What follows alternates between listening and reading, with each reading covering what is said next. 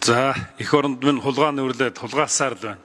Урдуур сууж байгаа бүх хүмүүс 9 жилийн туршид би та нарын хулгайг ирсэн. Тэр хулгайг өнөөдөр 2 хуваагдаад нэгнийхээ хэргийг хаах бол нуух болохдоор бүгдээрээ ярьж эхэлж байгаа шиг байна. Жиддүүгийн хулгай, төсвийн хулгай, тендерийн хулгай, хөгжлийн банкны хулгай, ковидын хулгай, төмөр замын хулгай, автобусны хулгай, нүүрсний сериал хулгай. Нүүрсийн хулгай 44 их найд дээр хулгайлсан. Ковидын үед та нар сэж зөвшөөрлөөр хааж агаад 3 км газарт 29 км газарт 3 сая төгрөгөөр тээвэр гэдэг байсныг 120 сая төгрөг болгож жагаад өдөржингөө шүнжингөө зөөж хулгайлцгаасан. Нүүрсний хулгай 2 аптек гэрээгээр замбрааг өндөр үн тавьж байгаа тэндээ хамгийн хямдхан нүүрсээ зарж хулгайлцгаасан. Нүүрсний хулгай 3 бортек 400 их найдны хохиролтой. Нүүрсний хулгай 4 гэрээний хулгай 4-5 компаниуд бүгдээрээ өнөөдрийг хүртэл $50,000 авдаг. Тэрнийг бүгдийн зөрүү мөнгөний хилийн цаана авчаад тээврийнхаа нэрээр оруулж ирж хулгайлцгаадаг та нар. Нүүрсний хулгай 5 харбины гэрээ 10 их найдын хохиролтой. Энэ бүх хулгаанаас бүгдээрээ илэрх болохдоор та нар бүгдээрээ энэ аль нь төрүүлж хулгаагаад арах уу гэдэг ийм л уралдаанд явж байгаа. Том хулгайчт нь жижиг хулгай одоо нөхдүүдөө бүгдийг хулгайныхаа мөнгөөр худалдаж аваад хоёр талтай гаргацсан хойноос жиргүүлсэн. Ямар ичиг хэрэг зэрэг юм бэ? Нардам мөнгө гэж зүгээр л дор тайдаг. Та нарын хулгай мөнгө чи ерөөсөө ил гарч чаддгүй. Тэр богдгуулын ам болгонд байгаа тэр хауснууд бүгдээр харахгүй байгаа. Хотын төвийн зайсангийн үнэтэй байрууд бүгдээр харахгүй байгаа. Тэр мөнгөнөр бүгдээрээ та нарын худалдаж авсан байрнууд шүү дээ. Хулгайч нар мөнгөө дандаа тэрнийхээ дор нуудаг. Тэр чи эдийн засгт орж ирэхгүй хүмүүс ядуураад байна. Та нар баяжаал.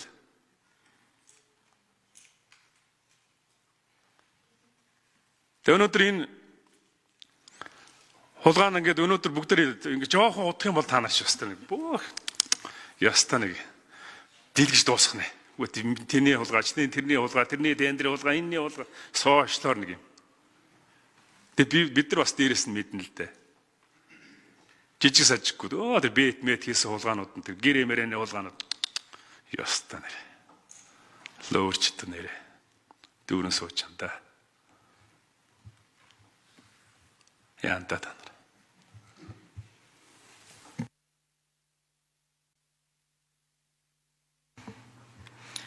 За, ерөнхий сайд хариулъя.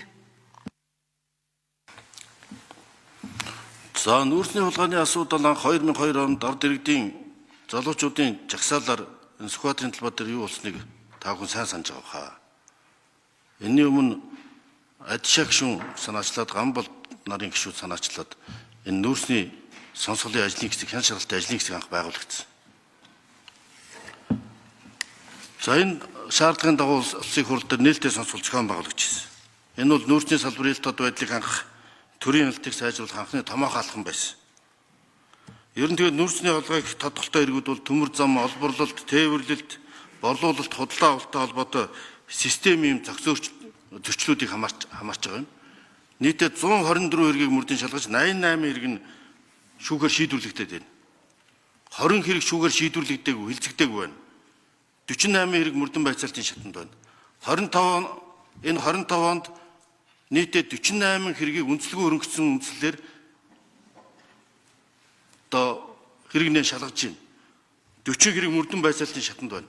Энэ бол ерөнхий сайд 5 толгой онцгой дэглэм тогтоосны дараа хулгай олон хэлбэрийг ээлжилж компани орлого үр ашгийг нэмэгдүүлэх нөхцөлийг бүрдүүлэхэд нөлөөлсөн. Одоо таны яриад байгаа тэр олон гэрээнүүдийг ил тод болгож ард түмний хяналтанд орууллаа. Манай засгийн газар нэгч нууцаар гэрээ хийгээгүй. Цаашдаа ийм зарчим байж болохгүй гэсэн зарчим гаргасан. Ард түмний хяналтанд бай гэсэн ийм зарчим гаргаж байгаа. Энэ тэгвэл хар сэрэн дилдэхгүй юм билээ. Үнэнч бай, худлаач бай, зөвч бай, бурууч бай. Ингэжээж бид нэг баялагын менежментээр зөв хэрэгжүүлж, баялагын сангаа хэрэгжүүлж чадна гэж үзсэн. Энэ бол биднээс нэг хамтарч хийсэн үндэсний хуулийн нэмэлт өөрчлөлтийн маань амин сүнс учраас энэний төлөө бид зүтгэж байгаа. Хэнийг нэг буруутгах гэдэг биш. Энийг чинь нийтээрээ ойлгож хэрэгжүүлж төр дээрээс парламент засгийн газар хамтарч ажиллаж иж би энэ бодиттой хэрэгжиж гэнэ гэж итгэсэн. Одоо онцгой дэглэмийн хугацаанд гэхэд одоо амнаатан тэргээ шүүмжлээд энэ өнгөрсөн 15 жилийн хугацаанд түүхэнд хамгийн өндөр одоо борлуулалт бит хэмжээгээр хийлээ шүү дээ. Сарын дундаж борлуулалтыг 1.6 дахин нэмэгдүүлсэн энэ хулгай зэрэгэдэд тэмцснээр 5 толгой дээр. Биржийн тээвэрлэлтийг 2 дахин, экспортыг 1.3 дахин, орлогыг 1.3 дахин, олборлолтыг 1.2 дахин нэмэгдүүлсэн нь энэ онцгой дэглэмийн хугацаанд бүх шатанд нь байсан хулгай зэрлэгийг тэр хулгай зэрлэгийн цаана нэг хүн суртал чиглэл өгдөг байхгүй. За тэгчүүл ингээ хөдлөн, ингэчүүл ингээ хөдлөн гэдэг дандаа юм тег саадууд. Эднийг арилгаж иж энэ өөрчлөлт шинжилчүүд хийж байгаа маа. Энтэй чинь тэмцэж, дээрээсээ доошгүй бүгдийг анхаарах юм байна гэж шаардлага тавьж, тэгэхгүй бол доороо за дээрээсээ заачдаг. Дээд дарганараа яах ч үгээс та нар доороо болохоор одоо бүгд ингэж ийн гэсэн. Энэ 5 толгой төрийн эмчийн компаниудад тогтсон баг соёл болцсон юм хулгай схем байна гэж бид үзэж энийг шалгуулсан юм. Шалгалтын ажил явуулсан. Сүүлийн 3 сарын хугацаанд нийт 81 удаагийн биржийн арилжаа амжилттай хийж 392.8 сая долларын үнэтэй 7.1 сая тонн нүүрс биржээр арилжлаа. Энэ бол өнгөрсөн 7 сарынхаас өндөр үнэ байгаа шүү. Ингэж бод үрдэн өгөөд байгаа байхгүй юу? Одоо 9-р сард бол монголчууд түүхэндээ хамгийн өндөр буюу анх удаа 3.2 сая тонн нүүрс экспортлолоо. Энэ бол онцгой дэглэмийн хугацаанд нүүрсний экспортыг 5 толгойд нэмэгдүүлсний үр дүн байна. 2025 онд 7 дугаар сард гэхэд 1.9 сая тонн, 8 дугаар сард 2.7 сая тонн, 9 дугаар сард 3.2 сая тонн нүүрсийг гашин Сугат ангийн бомтоор одоо экспортлсон. Энэ бол хулгайтай тэмцэний үр дүн. Ингэжээж бид нэр одоо энэ эдийн засгийн эргэлтээ сайжруулж, энэ багш эмчнэрийнхаа цалин нэмэгдүүлж, эдийн засгийн